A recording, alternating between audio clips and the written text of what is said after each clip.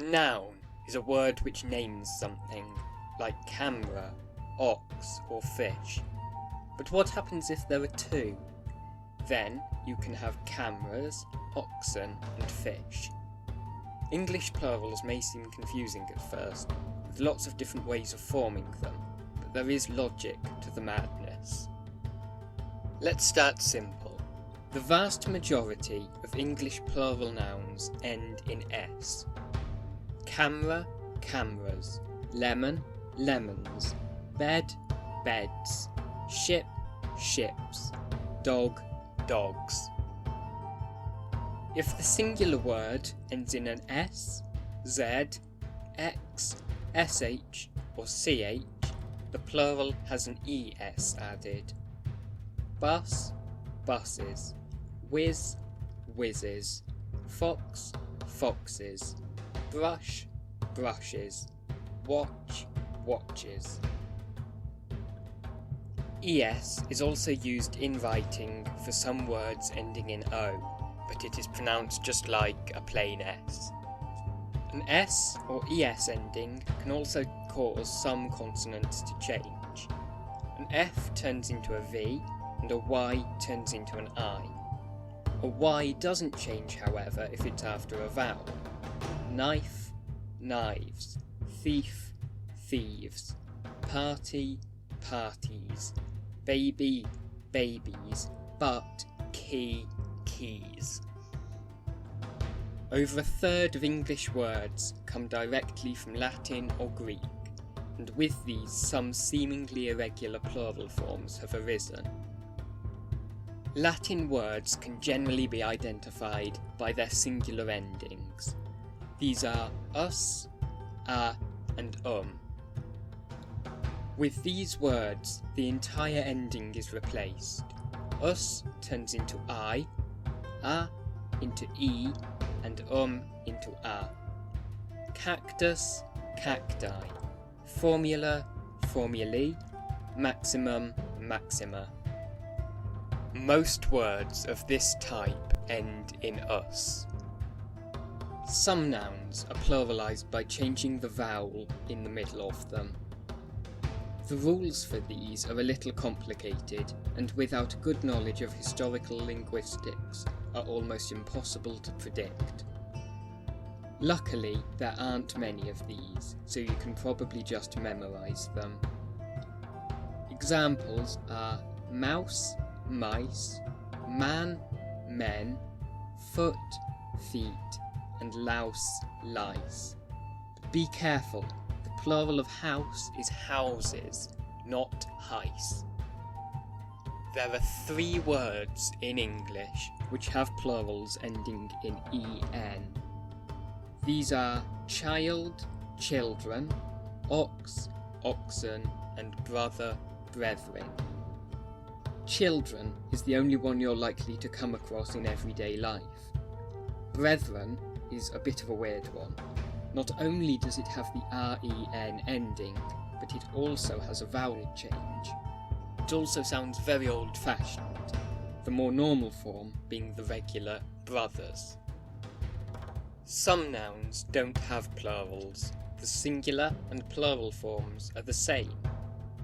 These are mostly animals or groups of people, such as sheep, fish, deer, Ainu, Quebecois, and Yokut.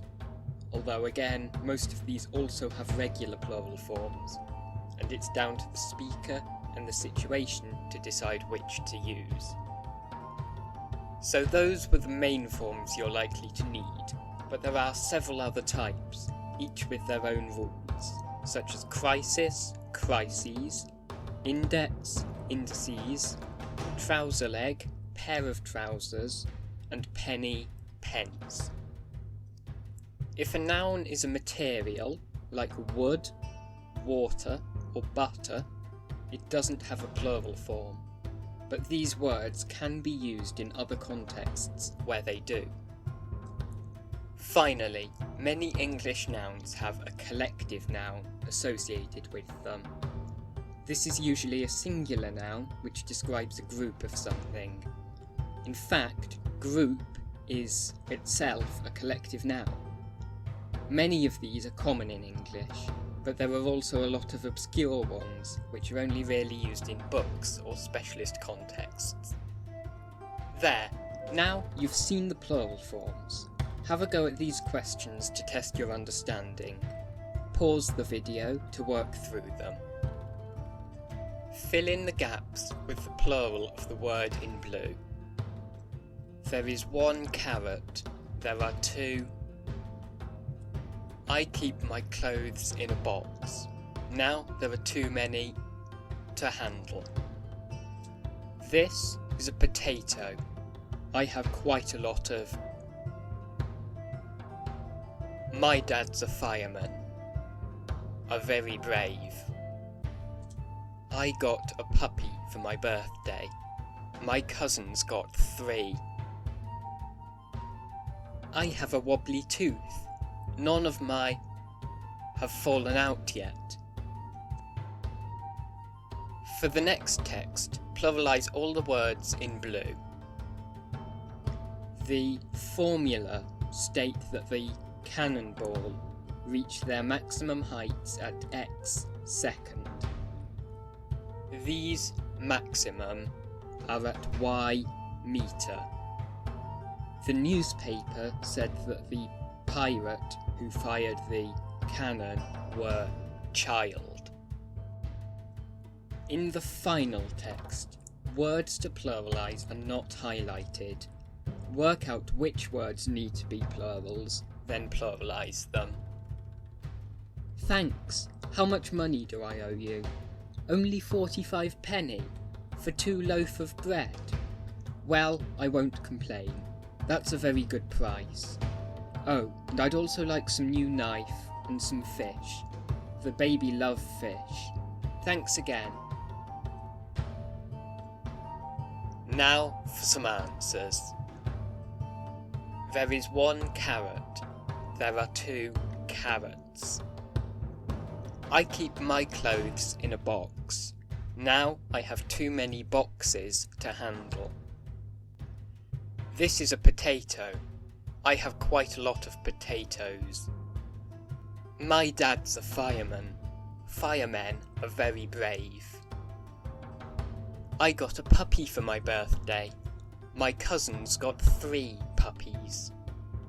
I have a wobbly tooth. None of my teeth have fallen out yet. All of the previous examples are very common. If you don't understand any, go back and re-watch the first part of this video. The formulae state that the cannonballs reach their maximum heights at x seconds. These maxima are at y meters. The newspapers said that the pirates who fired the cannons were children. The key words to notice here are the Latin formulae and maxima, and the en plural in children. All other nouns are regular plurals in s. Formula can also take the regular s plural, but I've used the Latin form here. Thanks. How much money do I owe you? Only 45 pence for 2 loaves of bread. Well, I won't complain. That's a very good price. Oh, and I'd also like some toys and some fish. The babies love fish. Thanks again. This last one has quite a bit to talk about. The first noun we encounter is money. This is being used as a substance, so remains in the singular. A plural of monies does exist, but is extremely rare. If a plural noun were used here, how much would become how many. Next, we have pence. This is an irregular plural which I mentioned earlier in the video. You have 1 penny and you have 45 pence. Another word which behaves similarly to this one is dice. Next, loaves of bread. This construction is similar to that of a collective noun, but describes material. It would be unusual in English to say 2 breads in this context. Loaf ends in an F, so its plural takes V. Price is singular. Toy ends in a vowel and Y, so it just takes an S rather than the Y turning into an I, as it does later in babies, where the Y follows a consonant. Finally, fish doesn't have a plural form. Fishes exists, but either sounds older or more childish in standard speech.